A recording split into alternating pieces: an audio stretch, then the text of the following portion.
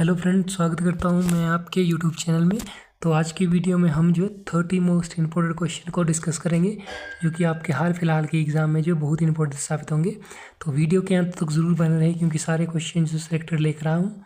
तो चलो शुरू करते हैं अपनी आज की वीडियो। तो आज का हमारा पहला क्वेश्चन है, सबसे कम आयु में प्रधानमंत्री कौन बने थे? सबसे कम आयु में जो प्रधानमंत्री कौन बने थे? तो वो बने थे राजीव गांधी। याद रखना, राजीव गांधी जो सबसे कम उम्र में जो प्रधानमंत्री बने थे, यानी कि ऑप्शन ए आपका बिल्कुल सही आंसर हो जाएगा। अगला क्वेश्चन है, तुलबुल परियोजना किस नदी पर स्थित है? तुलबुल परियोजना जो किस नदी पर स्थित है?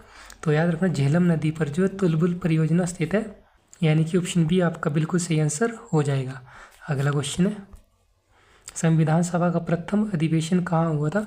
संविधान सभा का जो प्रथम अधिवेशन जो वो दिल्ली में हुआ था। याद रखना, दिल्ली में जो संविधान सभा का प्रथम अधिवेशन हुआ था, यानी कि ऑप्शन बी आपका बिल्कुल सही आंसर हो जाएगा। अगला क्वेश्चन है, सारनाथ स्तंभ का निर्माण किसने करवाया था? सारनाथ स्तंभ का निर्माण जो वो सम्राट अशोक ने करवाया था। याद रखना, सम्राट अशोक के द्वारा जो है सारनाथ स्तंभ का निर्माण करवाया गया था, यानी कि ऑप्शन ए आपका बिल्कुल सही आंसर हो जाएगा। अगला क्वेश्चन है, भारत का जो सबसे बड़ा बाघ अभयारण्य कौन सा है? तो वो है नागार्जुन अभयारण्य, यानी कि ऑप्शन बी आपका बिल्कुल सही आंसर हो जाएगा। अगला क्वेश्चन है, सबसे छोटी अंतर्राष्ट्रीय सीमा वाला देश कौन सा है? सबसे छोटी अंतर्राष्ट्रीय सीमा वाला देश है जिब्राल्टर। याद रखना, जिब्राल्टर जो है सबसे छोटी अंतर्राष्ट्रीय सीमा वाला देश है, यानी कि ऑप्शन बी आपका बिल्कुल सही आंसर हो जाएगा। अगला क्वेश्चन है, विश्व पर्यावरण दिवस कब मनाया जाता है? विश्व पर्यावरण दिवस जो है वो कब मनाया जाता है? तो वो मनाया जाता है 5 जून। याद रखना, 5 जून को जो विश्व पर्यावरण दिवस मनाया जाता है, यानी कि ऑप्शन बी आपका बिल्कुल सही आंसर हो जाएगा। अगला क्वेश्चन है, इंटरनेट द्वारा संदेश भेजना क्या कहलाता है? इंटरनेट द्वारा जो संदेश भेजना जो वो ईमेल कहलाता है। याद रखना, ईमेल जो है इंटरनेट के द्वारा संदेश भेजना कहलाता है, यानी कि ऑप्शन सी आपका बिल्कुल सही आंसर हो जाएगा। अगला क्वेश्चन है, आरबीआई का राष्ट्रीयकरण कब हुआ था? आरबीआई का राष्ट्रीयकरण जो कब हुआ था? तो वो हुआ था 1 जनवरी 1949 में। 1 जनवरी 1949 में जो आरबीआई का राष्ट्रीयकरण हुआ था, यानी कि ऑप्शन सी आपका बिल्कुल सही आंसर हो जाएगा।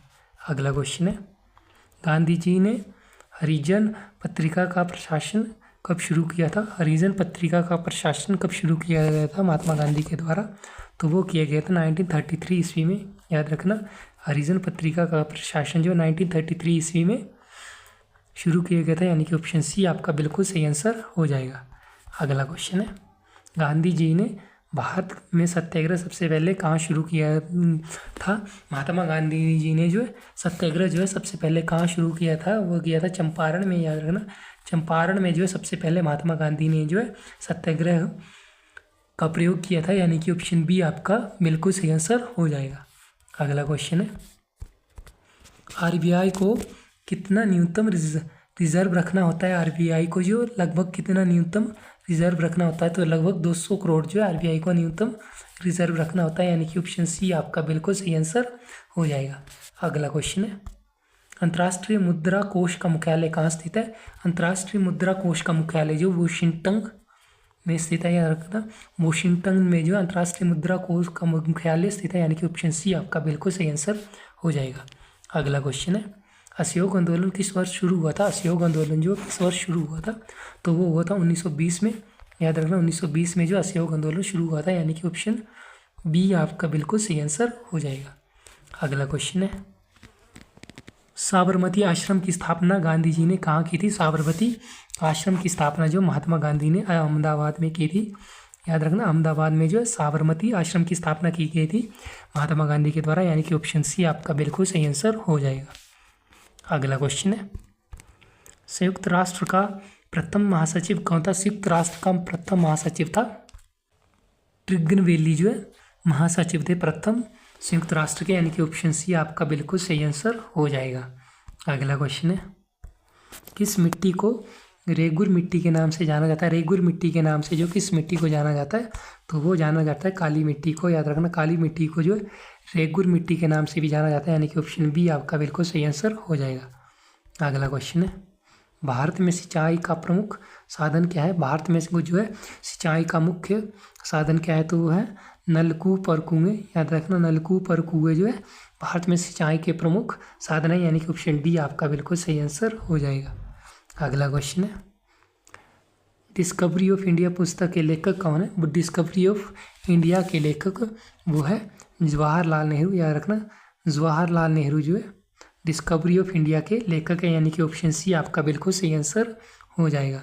अगला क्वेश्चन है, कोरोकोरमंडल तट पर सबसे अधिक वर्षा किस अवधि में होती है? कोरोकोरमंडल पर जो सबसे अधिक वर्षा किस अवधि में होती है? तो वो होती है अक्टूबर और नवंबर में। याद रखना, अक्टूबर और नवंबर में जो कोरोकोरमंडल तट पर सबसे अधिक वर्षा होती है, यानी कि ऑप्शन बी आपका बिल्कुल सही आंसर हो जाएगा।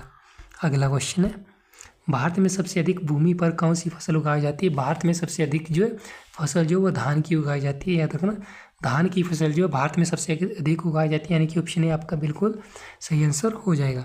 अगला क्वेश्चन है, भारत का सबसे बड़ा मूंगफली उत्पादन राज्य कौन सा है? मूंगफली उत्पादन राज्य भारत का है वो है गुजरात। याद रखना, गुजरात में सबसे अधिक मूंगफली उत्पादन की जाती है भारत में, यानी कि ऑप्शन बी आपका बिल्कुल सही आंसर हो जाएगा।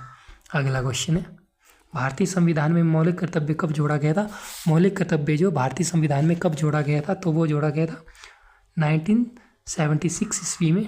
याद रखना, 1976 ईस्वी में जो मौलिक कर्तव्य जोड़ा गया था, यानी कि ऑप्शन सी आपका बिल्कुल सही आंसर हो जाएगा। अगला क्वेश्चन है, भारत में राष्ट्रपति अपना त्यागपत्र किसे सौंपते हैं? भारत के राष्ट्रपति जो अपना त्यागपत्र जो उपराष्ट्रपति को सौंपते हैं। याद रखना, राष्ट्रपति जो उपराष्ट्रपति को अपना त्यागपत्र सौंपते हैं, यानी कि ऑप्शन सी आपका बिल्कुल सही आंसर हो जाएगा। अगला क्वेश्चन है, कॉर्पोरेट टैक्स किस पर लगता है? कॉर्पोरेट टैक्स जो किस पर लगता है? तो वो लगता है घरेलू एवं विदेशी कंपनी पर। घरेलू और विदेशी कंपनी पर जो कॉर्पोरेट टैक्स लगता है, यानी कि ऑप्शन डी आपका बिल्कुल सही आंसर हो जाएगा। अगला क्वेश्चन है, हेटर आयोग की नियुक्ति किस घटना के बाद की गई थी? हेटलर आयोग की नियुक्ति जो जलियांवाला बाग हत्याकांड के बाद की गई थी, यानी कि ऑप्शन बी आपका बिल्कुल सही आंसर हो जाएगा। अगला क्वेश्चन है, राष्ट्रीय विकास परिषद की स्थापना कब हुई थी? राष्ट्रीय विकास परिषद की स्थापना जो वो 1952 ईस्वी में हुई थी, यानी कि ऑप्शन सी आपका बिल्कुल सही आंसर हो जाएगा। अगला क्वेश्चन है, कागजी मुद्रा जारी करने वाला प्रथम देश कौन सा है? कागजी मुद्रा जारी करने वाला प्रथम देश है चीन। याद रखना, चीन के द्वारा जो सर्वप्रथम कागजी मुद्रा जारी की गई थी, यानी कि ऑप्शन सी आपका बिल्कुल सही आंसर हो जाएगा। अगला क्वेश्चन है, स्वस्थ मनुष्य का हृदय 1 मिनट में कितनी बार धड़कता है? स्वस्थ मनुष्य का हृदय 1 मिनट में 72 बार धड़कता है, लगभग 72 बार जो स्वस्थ मनुष्य का हृदय 1 मिनट में धड़कता है, यानी कि ऑप्शन बी आपका बिल्कुल सही आंसर हो जाएगा। अगला क्वेश्चन है, राष्ट्रपति का अध्यादेश कितने समय के लिए लागू रहता है? राष्ट्रपति का अध्यादेश जो है 6 माह के लिए लागू रहता है। याद रखना, यानी कि ऑप्शन बी आपका बिल्कुल सही आंसर हो जाएगा। तो दोस्तों, आज की वीडियो में इतने क्वेश्चंस थे। कैसे लगे आपको हमारे क्वेश्चंस? अच्छे लगे तो चैनल को सब्सक्राइब करना ना भूलें और अपने दोस्तों के साथ वीडियो को लाइक शेयर करना ना भूलें। तो हम मिलेंगे आपको अपनी अगली वीडियो में इससे भी अच्छे क्वेश्चनों के साथ। तब तक जय हिंद, जय भारत।